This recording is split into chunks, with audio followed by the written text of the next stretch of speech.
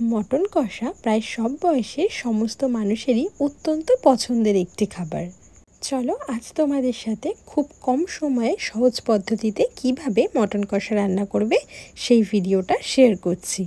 প্রথমেই এখানে নিয়েছিলাম 1.5 কেজি মটন এবং মটন ম্যারিনেশনের জন্য নিয়েছিলাম আদা রসুন বাটা, লঙ্কা বাটা, টক দই আর ওই সামান্য কিছু মশলা।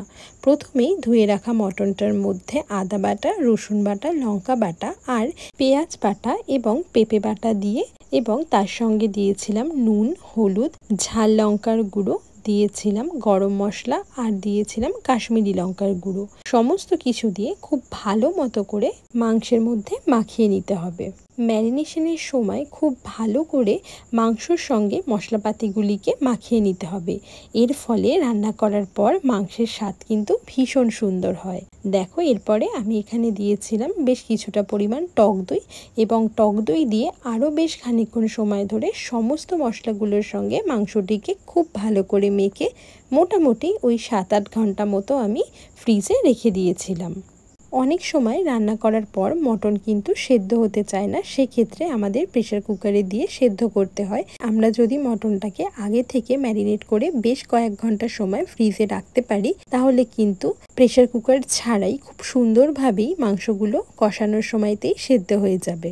এরপর ফ্রিজ থেকে ম্যারিনেট করা মাংসটি বার করে নিয়েছিলাম আর ওদিকে রান্নার জন্য পরিমাণ মতো সর্ষের তেল গরম করতে দিয়েছিলাম। তেল গরম হয়ে যাওয়ার পর ওই একই তেলে তেজপাতা আর শুকনো লঙ্কা ফোড়ন দিয়ে ফোড়নটাকে ভালো মতো করে ভেজে নেওয়ার পর মাংসটিকে ঢেলে দিয়েছিলাম কড়াইতে।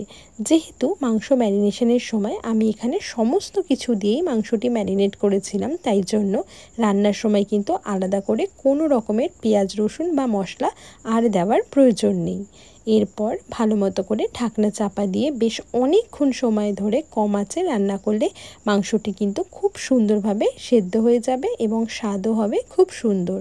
যেহেতু আমি মটন রান্নায় একটু আলু দিয়েছিলাম, সেই ক্ষেত্রে আমি কিন্তু এখানে আগে থেকে ধুয়ে রাখা কাঁচা আলুর টুকরোগুলিকেই মাংসর মধ্যে দিয়ে মাংসর সঙ্গে একসাথে কষাতে দিয়েছিলাম। প্রায় মিনিট 15 ঢাকনা চাপা দিয়ে কষানোর পর এরপর ঢাকনা খুলে একবার চেক করব মাংসগুলো কতটা সেদ্ধ হলো। এই সময়তে তোমরা দেখতে পাবে মাংস থেকে বেশ অনেকটা পরিমাণই জল বেরিয়েছে এবং এই জলেই কিন্তু মাংসটাকে আমরা সেদ্ধ করেছিলাম। এখানে তোমাদের একটা জিনিস বলে রাখি, আমি মাংস ম্যারিনেশনের সময় কিন্তু পেঁপে বাটা দিয়েছিলাম, যেই কারণে রান্নার পর আমার কিন্তু এখানে অনেক কটাই মাংস গলে গিয়েছিল। তোমরাও যদি মটন রান্নায় পেঁপে বাটা ইউজ করতে চাও তাহলে আমি বলবো ম্যারিনেশনের সময় পেঁপে বাটাটি ইউজ না করে রান্নার সময়তে দেবে, তাহলে কিন্তু এই সমস্যাটা তোমাদের হবে না। দেখো এখানে কথা বলতে বলতে আমাদের মাংস কষানো একদম তৈরি হয়ে গিয়েছিল।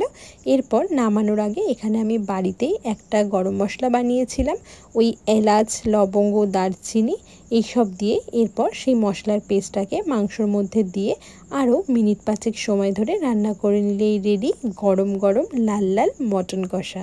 আমার আজকের এই ভিডিওটা তোমাদের কেমন লাগলো জানিও। ভালো লাগলে লাইক কমেন্ট শেয়ার করে সকলকে দেখার সুযোগ করে দিও। আজ আসি, টাটা।